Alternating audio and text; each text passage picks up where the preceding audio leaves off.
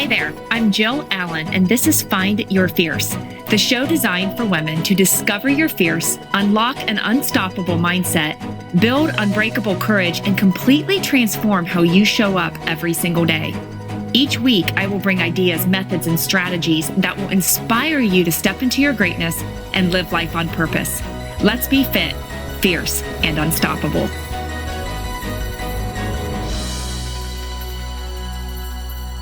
Hey there, gang. Welcome to Find Your Fierce. So glad that you are here with me today. You're going to love today's guest. I know I do. We go way back, and her mindset and her heart are ones that I know that we're all going to learn from today. And I can't wait to introduce her to you. But before we go any further, I have to say that I love that you are here listening in and spending time with us. So honored that I get to be a part of your day because you guys are just so absolutely amazing. And I have to thank you for all your love and support. As always, I appreciate your feedback, your reviews. And I love that you share this podcast and the Set Free message with your friends and family. So if you could keep on doing that, that would be incredible. There's so much power when we share inspiration because you are helping this movement. It helps reach more women and it impacts more lives. And that is certainly what life is all about. So I can't thank you enough. Okay, so I'm excited to dive in here. I was excited. I was actually sitting at my grandma's house. And I'm like, you know what? Mary Ann would be absolutely amazing for her to share her story, her heart, the way her mind operates and thinks. We went to actually preschool together back, 3 years old. She's my longest friend that I know that we can remember just having so many times. And we've had this utmost respect for each other all the way through, junior high, high school, through the college years. And here we are, adults, raising families, and we can pick up. I know I feel this way. We can pick up wherever we left off. And if it was a year that we haven't talked, it doesn't matter because we just kind of just pick up where we left off. And she, I tell you what, CrossFitter, wife, mom. I should first put wife, mom, CrossFitter. She's a coach. I mean, she does it all, and she's there for so many people. And I'm just so honored to call her my friend. I want you guys to meet Mary Ann Flannery. How are you, girl? I am great. How are you, Jill? Good. Thank you so much. Thank you so much for having me on the Fit and Fierce podcast. I was very honored for the request, and you are 1,000% right. Not only are we very long friends, but the mutual respect is strong and continual year over year as we see each other balance so many roles in our lives and continue to grow as individuals and as women. And so I'm really excited to sit down and have a conversation today. So thanks for having me. Yeah, it's going to be good. We never have a problem talking. So I have a feeling that we're going to go in so many different directions. So if you guys are here listening, just know that you got to keep up, and we may hop around on this because that's just how we talk and chat. So, okay, I do want to kind of start off by, you do a lot. We all do. Everybody's lives are, busy. And it was funny because before we hopped on here, we both used the word, our days are full. And I love that because I was like, that's what I say. Instead of saying that we're busy, our days are full, our life is full. And I'm like, oh my gosh, we're on the same page. But a question that we have so often is like, well, how do we keep up? How do we kick it out of survival mode? How do we be present in the moment when we're running in this direction here from the break of dawn all the way to sunset, and we get up and we do it all over again? And yet, how do we still thrive in that middle? So, how do you do it? What do you have to share? I love having full days. I feel like I find a lot of value in productivity. And and productivity to me means feeding my passion, following my passion, serving those around me, my family, my immediate family, and then coaching, whether it's coaching CrossFit or coaching field hockey, and being able to mentor the younger people or peers who are needing, another role model in their lives, whatever those things might be. And so I just love feeling those days and then feeling and having opportunity for my own self-growth as well and my continual improvement. And I really look at days,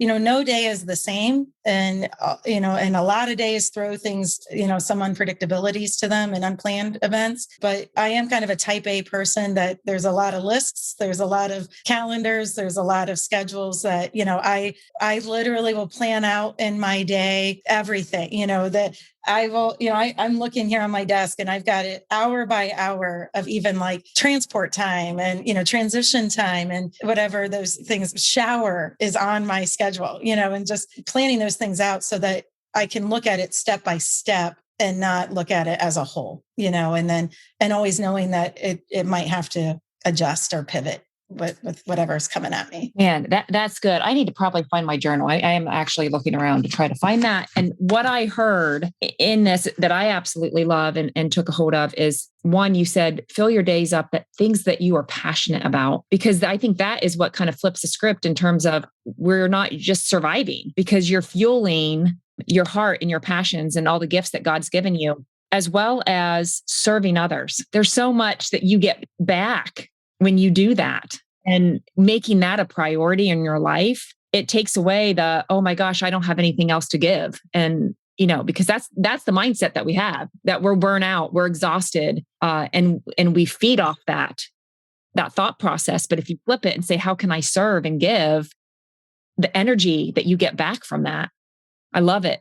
Oh, and the third thing was how you map everything out in terms of that, because there's a little bit, if we don't map out our days, it's, just go with it. Things just don't get done always. And that's why we feel behind. If I don't map it out, I will feel overwhelmed, of like, it's almost like frozen by that overwhelmness of where do you even begin? And so to map out and to really understand, okay, these are higher priorities today. I need to get these things done. And it might be personal, might be part of my business, might be part of coaching, that those are the priorities today. And then these other things, if I can get to them, great, or they might fall to the next day, because the list can be endless.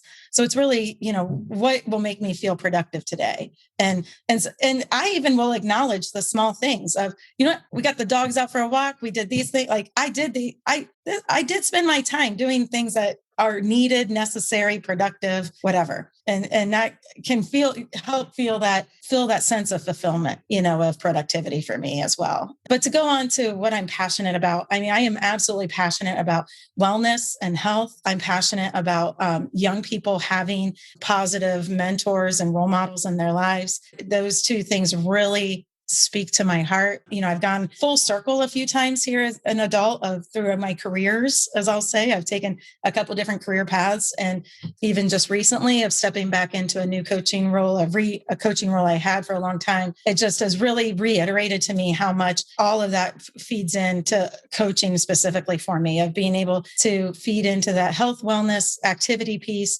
as well as that mentoring role model leader piece as well. So that's definitely where a lot of my passion lies. A lot of coaching, and you're an amazing coach. You fired up. And I think you were even a coach before you realized that you were a coach. Back in high school, we were pushing and training each other, even on the track. And so and you were always so positive and very driven, but yet you brought the best out in the weakest link. Okay. And whoever that may be, or whatever that may be during that day. How are you? What are your key mindset? How do you pull someone to up level? How do you pull someone out of the rut of maybe some negative thinking, or if they have self-doubt or just not feeling courageous that day or confident that day, and fear creeps in? How do you bring that out in someone? I think it always starts with the why, of why before you even get started. And whether it's my teams on the field or a class in the CrossFit gym, of really understanding, why are you there?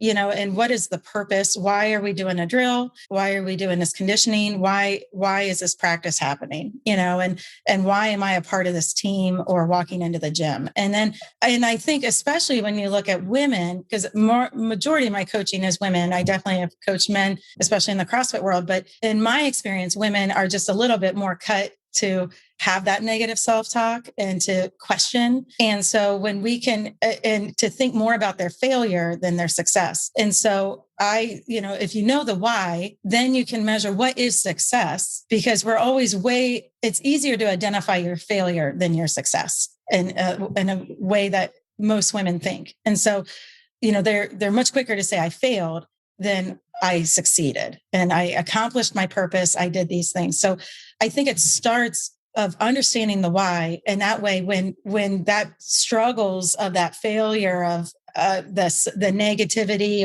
or getting into that rut, we can step back and then try to build up of, okay, this is the opportunity for improvement. This is where we can look of, yep, we're falling short. So this is the opportunity to improve. And here's what is going well. and then be able to re-identify that and try to re-step and rebuild that confidence and do that very consciously as well. Well, and I think too, like the success bar or the expectation or whatever that may be, that is something that has to be individualized, because success is different for every single person and what that looks like. So I think a lot of times it's like we have to, as women, we have to redefine what that success is and then align our goals up to that measure. And so it's not a cookie cutter. 1,000%. And I would think that you've seen this a lot with your clients as well. And I've talked to many women in the gym, especially of, I want to lose weight. And my next question is why? What's a number on a scale, just all those things. And if we really draw back, well, I want to feel better. Okay, well, feeling better, or I want to have more energy, or I want to look better. None of those things have anything to do with losing weight. And so helping understand those pieces. And I think it's a great thing to always be driven to be improving and be challenging yourself. But it's really understanding that success is ever evolving. And it can change, to what success is this year or this month or this season compared to what was last year or last month. That could be two different definitions for you. And you've got to be okay with that too. Oh, yeah. That hits home because as we're all aging, I mean, we cannot compare ourselves to the 25-year-old adult or even the 35. And well, gosh, I mean, okay, let's take this for example. 2020, I thought I was going to come back and train for another half Ironman. I had taken, I think, about 8 years off, came back in 2019. And then you, of course, get the bug because I love the discipline of every single day. That was actually the success, was being able to show up every day, much more than the day event itself. And so here I am back in 2020, COVID hits, they cancel the events. I was like week 13 into my training. So what do? You stop, right? They defer it 2021, go back into 12, 13 weeks. And I'm like, you know what? They're just overwhelmed. I was overwhelmed with everything that was going on, that it just wasn't a good timing. So what did I do? I put it on pause. Well, for some reason, they deferred it again. Okay, for the registration. So here we are in 2022. And I'm like, okay, am I going to do it again? Am I going to start, And then I started creeping in like, well, 2 years off. I'm not as fast as I was. My days are more full than what they were even before, 2 years ago. I'm like, okay, I'll try it again. One time. What did I do on day 2? I ended up getting COVID, was out for 16 days. And so it hit hard. I mean, it was just one thing after another. And these roadblocks of, okay, are we supposed to do this? Do I quit? Do I give up? Do you push through? And then you started going, I'm not, I lost so much. And so I didn't want to go back through that whole process again. And so it was just one of those things, because I was comparing myself to where I was. Yep. And it takes you out of the game versus saying, okay, where are you right now? Let's be self-aware. Let's identify what your current level is, where your mindset is, where what the ability is, your time, all that stuff right now. That's your day one, not 2 years ago, 5 years ago, 10 years ago. And I just love the fact that you just said to start where you are and your level of successes to where you are right now and build from there. What do you got to add to that? Well, I can relate as a competitive CrossFitter, that I've been doing competitive CrossFit for 9 years. And so started at 35. And now as a 44-year-old, it's a different world. And, now I'm a full-fledged master's athlete in the world of CrossFit. And so there's a few divisions within CrossFit, and RX is kind of the elite division. That's the main, those are the highest level athletes in the world. And most of our workouts are the same, but what they do is they'll separate leaderboards and scores. So I will only see myself within my age group as a master's athlete. And it's been very interesting because when I started, I was very much competitive in the RX division. And now it's, I really only care about where I am and my age group and all of that. And even right now, the CrossFit Open is going on, and it's a worldwide building block for the competitive season. And I'm at the top of my age group. So this year, my success is very different because I'm not necessarily, my success this year is completely focused on training and strengthening my weaknesses in the CrossFit game. It's not about my placement or anything because I'm literally in the top 90 days of my age group. And so to make competitiveness is very hard. I'm at the hardest it could be. Whereas in next year, I'm at the bottom of a new age group at 45. And if I can strengthen my game, then next year's measurements for me will be extremely different because it'll be a little bit more about the outcome. Whereas this year, my success is absolutely measured on my process. Well, and I think there's even more value. To me, it fires me up when you actually can measure your process more so than the outcome. Because I always think the outcome will come. The outcome will come if you focus on the process, and no matter what, whatever you do, whether it's your career, your family, your finances, your fitness, and whether it's you want to lose 5 pounds, it's the process. The end result is going to come. And I think we forget that, or we lose sight of that. One of my biggest coaching sayings I've said for years is control your controllables, and you can control your process. And confidence is found in process. If you are committed enough to your process that you're coming in and out of the gym, on and off the field every day and doing your best, when game time comes, you will know that you outprocessed anybody, that you gave your effort through that process. And so then your confidence is so high because you know you are so committed to the process that you have done everything you can to control the outcome, which is ultimately an uncontrollable. But you can feel such confidence you've done everything you can to present the best outcome that you can get. Oh my gosh, that's so good. Yeah, I love that. Control the controllables. And, the confidence piece too. I always say confidence comes from doing the hard stuff. Yep. The days that you don't want to, like that's where the confidence comes. I always talk to like kids about this. It doesn't matter if you're winning games, if there's no, you're not getting better, in the process. It's like, I would rather, people do not agree with me on this. And who knows, maybe you're a high school coach, so you may or may not. I would love to hear your take. I would rather lose by 1 point and got better than win by 50 points. Preach. And lose. Preach. Okay. People do not agree. I've always scheduled the hardest opponents. I look back and, now I'm entering into my 8th season as a head high school coach. And I've looked back and I think of our records could have been even better than they were. And I've been very fortunate to have some very successful teams through the years. The losses were against the best teams in the state, and we've gone out of state, and I brought teams in just to play the best because that's the only, and it does nobody any good to beat a team by 8, and like in field hockey, that the team that's scoring 8 is not getting better. And the team that's getting the 8 scored on is not enjoying the sport. And those poor athletes might not be back out next year, and so I'm all for close games.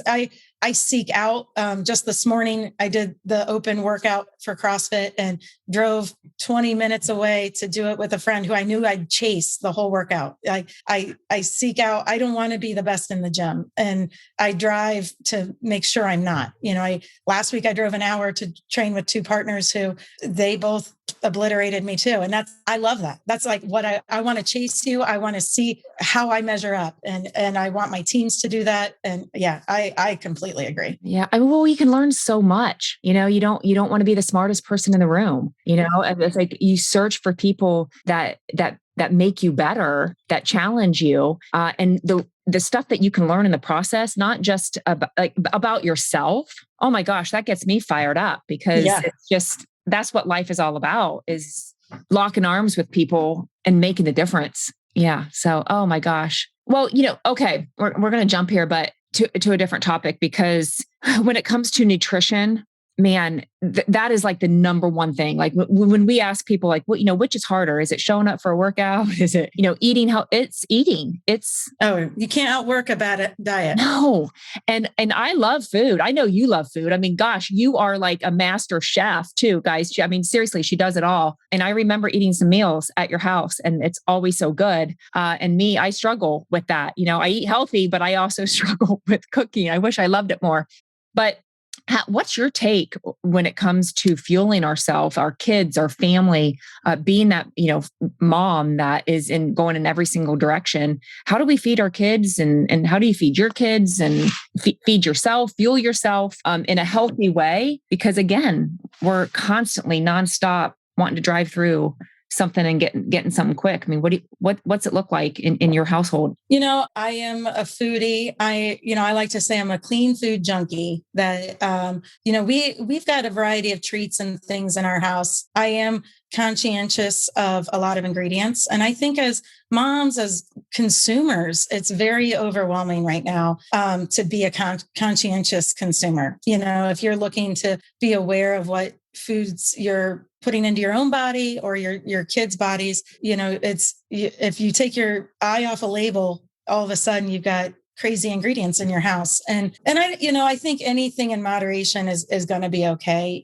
but there's things that, I do look to avoid ever having in my house a lot. And the food dyes, the high fructose corn syrups, just a lot of those artificial preservatives and add-ons. If I can avoid those, we do. I do use a lot. We go through a lot of fresh foods in our house, of vegetables and fruits. And, I try to even just hide them and try and get creative with them when we can and I don't give many choices. I don't give any choices at mealtime. I kind of operate that we're not a restaurant, kind of take it or leave it. We'll modify it a little bit of like ours are spicy, yours is not, things like that. But, and try and make things that are attractive to them. And I get the boys involved. So I've got, Kyle and Keegan are 12 and 10, and they've been involved. Keegan's our in-house aspiring chef. So he's always in the kitchen with me.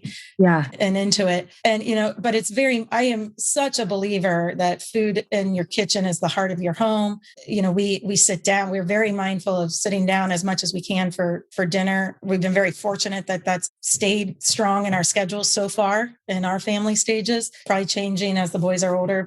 And so we indulge, I'm not for the elimination. I think that it's really important to indulge, as a family, as an individual, of just, it's just a balance and knowing that if you don't have to eliminate everything and only eat chicken, rice, and broccoli to be fit, that there's a lot of other great things that you can have out there. If you love chocolate, have chocolate. If you love cheese, have cheese. If you love bread, have bread. Personally, I operate, I manage my diet to eat to perform. So I do have a lot of carbs, and I ebb and flow. I go from scales and tracking my macros very tightly, kind of depending on where my training is and where I am mentally, to being pretty casual and letting it kind of filter. It doesn't really go too far off one way or the other, just because I kind of like the same. I just naturally like the same kind of foods, period. Well, once you know what works. Yeah.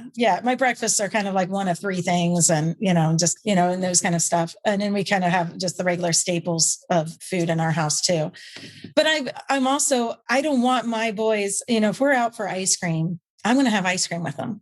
I want them to know I'm partaking in the moment with them. I don't want them to feel like I'm watching them eat ice cream because I'm watching my weight or it's not in my macros. Like that is something I want them to know, like, nope, I'm going to sit and you're going to see me eat ice cream too. And know that like, we can have this, we can still be healthy. And we do a lot. We've done a lot of, we have a little bit of a unique house. Kyle's a type 1 diabetic. And so he is completely insulin dependent. We manage his blood sugars 24/7.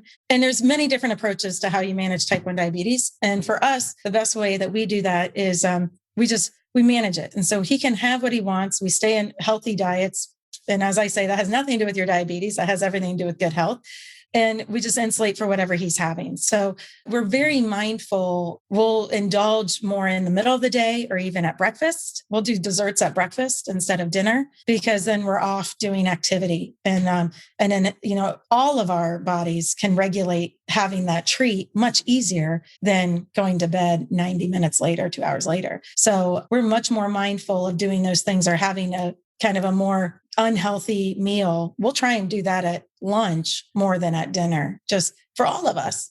It makes a difference. Well, I mean, you go into, you just look at our society, in America. I mean, just even a couple years ago, I think it was 70% were either overweight or obese. And then within the last 2 years, I think it jumped, is pushing 80%. I mean, there is a crisis when it comes to our health. And I know this sounds like, here you are, type A, I am as well. And we do all this crazy stuff. And it seems crazy because it's so abnormal for that. But I cannot encourage people enough that you don't have to be a master CrossFitter. You don't have to be an Ironman to get out there and make a difference in your health. And let's, as a whole, that 80%, I mean, it needs to drop. I mean, we are in this health crisis. And so when it comes to moving, we want to move. When it comes to nutrition, treating ourselves is essential. But at the same time, we're so relaxed as a whole that we need to kind of bring it back and create that jump start and become super aware of what it is that we're putting in our body. I mean, what tips do you have to help someone get started on that journey to become self-aware to where they are successful making that massive shift? Well, I think the two things that I suggest to people who are looking to really become more aware of what their diet is, I think so many of us mindlessly eat. And so one is to track, even if it's for a day or a couple of days, to write down everything you put into your mouth. Most people are very surprised when they do that, if they realize, and, we all find ourselves into it. We all do the circle through the kitchen and grab the little snack on, the piece of cheese or the pretzel or the cracker, whatever. And those things add up. And so one is to track everything that you put into your mouth. Even just to start, I'm going to track for one day, and then I'm going to track for 3 days. And if you can, get to a week. And if you see that, most studies have shown you instantly decrease your consumption because you become aware of what you're doing. And then the second one is your hydration, it's really cute and fun. Like, we laugh, we say, it looks like every time we leave the house that we are about to take a journey in the desert, because we have no less than everyone's got a water bottle, and there's probably a backup water bottle. And so if we're lost in the desert, we're going to be okay. And yeah, I love it. And it's cute and it's fun and it's become trendy to have these water bottles. But I look at people and I say, intentionally chug, sipping away is not enough. You need to refill that water before lunch. You need to refill that water before dinner. And, and I try to put a glass of water by my bed every night. And if I wake up thirsty, I know I did not probably hydrate enough through the day, or I'm mouth breathing. But when I wake up, I finish that water, because we also don't realize, if I've slept 7 hours, that's 7 hours without my body having any water. And so we wake up a little dehydrated. And so that's just a great way to start. And most people cannot tell the difference between hunger and thirst. Their brains, their signals. And so if we can make sure you're hydrated, and especially for women, that hydration of water, that is, if you're worried about that number on the scale, nothing will move it faster than being well hydrated. No, that is so good. Well, skin, hair, nails. I mean, you'll have the glow, push the toxins out. I always say too, it's funny you use the word chug, because I call them chug sessions. You have your chug session. You have it morning, mid, lunch. I have my big old mason jar here. You just have a chug session. And then even right before bed, you have a glass of water morning, first thing. And the difference, and yes, you might have to go to the bathroom for the first couple of days, but your body will catch up and be able to operate at a high level there and be able to keep up. So, that has led you to be the founder of Biteful Box. I mean, I didn't even introduce that part when we first started talking. I mean, you are the founder of Biteful Box. Let's talk a little bit about that, because ladies, you guys can, it could help you with all your snacking and ideas and eating clean in the process and give you that jump start. Yeah. Tell us a little bit about that. Sure. Well, and it's kind of exciting because really was officially launched. Basically, it'll be 2 years next week, was really kind of right when COVID was unfolding. Talk about stepping into complete faith. Oh, yeah. Anyway. It was, okay, I'm going to resign from this job so I can really kind of concentrate on this. Resigned on Monday, and Thursday, the boys came home from school and didn't go back for 16 months. So I got started in 2020, and I've always been a foodie. I've always really just taken an interest in the food industry, in the CPG industry, really. And my previous position, I worked for a logistics company that specialized in food. And so our customers were big brands, Cliff Bar, RX Bar, a multitude of brands that just, we did their warehousing, e-com fulfillment, just a variety of, and trucking. And so I oversaw the customer service and sales teams. And so I managed a lot of the customer relations, and in that role, really started to see how much innovation was happening in the food industry of all these brands trying to disrupt the norms, and trying to put better, healthier food options out there. I like to say healthier because it's still the brownies and the cookies and the condiments and everything that tastes good and that we want to enjoy, but with healthier ingredients or healthier manufacturing practices. And so that innovation was skyrocketing, but the retail channels and buying channels were pretty stagnant. And so the growth was making it really bottlenecked for all these brands to get onto retail shelves. And when they are, then we flip it and we look at the consumer. We all walk into a grocery store. On average, we go in 1.5 times a week. We spend about 40 minutes in there. And for us to pick up and put into our cart a new product that's probably at a little bit of a higher price point because of ingredient quality and manufacturing practices that maybe we haven't tasted, we don't really understand the difference. So that's a high action to happen. And so, to help these brands diversify their distribution and to get into more households, I thought that a subscription box would be a great way to do that. And, the growth in the subscription box industry was going up as well. And so Biteful Box is a quarterly subscription box. And in each box is about 10 products, give or take, kind of depending on value and size across the categories. So not just snacks, but also beverages, condiments, desserts, breakfast foods, pastas, grains, any kind of meal staples. And so in the box, we put full size product because we want your whole house to enjoy the product and to try it. And then we also tell you about the brands. We tell you how best to enjoy the product. We tell you about the brands, what makes them different. Many are, whether it's their ingredients, whether it's their manufacturing practices, maybe they're sustainably missioned, maybe they're, mission-based with diversely owned, whatever their piece is, we share their story too. And so we make it really easy for a consumer to know, okay, this is a brand that is making a difference. I want to support them. And this is a nice little game changer in our pantry, something to help shift or jazz up our meals and our kitchen experience. And so that's really, it's two-sided, helping the brands grow, but also helping make it easier for us as consumers to get new ideas and new products into our kitchens. I love it. That is great. Where can they find you? Bitefulbox.com is up. And right now, actually, we're closing out our winter box. We're doing it. We're about to launch on social the winter box sale. So depending on when it publishes, they can try, the winter box will be available for a little bit longer. Then the spring box will go out in April. So we'll have that ready to go. And then on Instagram at Biteful Box or Facebook at Biteful Box as well. Okay. That is awesome. What's the code that they can put in? For Fierce 10, we'll get them 10% off. Yep. That's any of your listeners at any point could put in Fierce 10 and they'll get 10% off. Okay.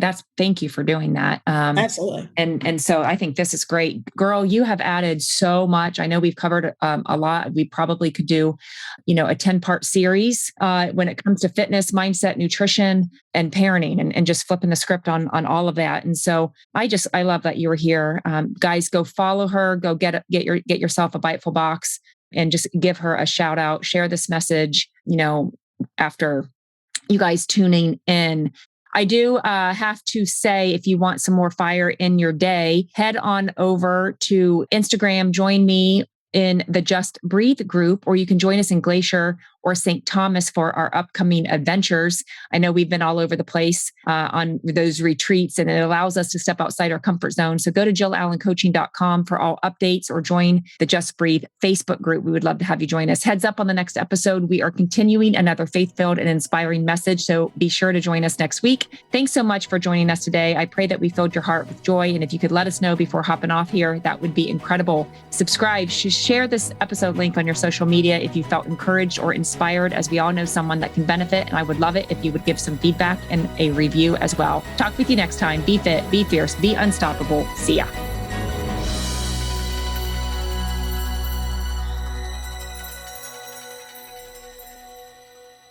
This is the podcastfactory.com.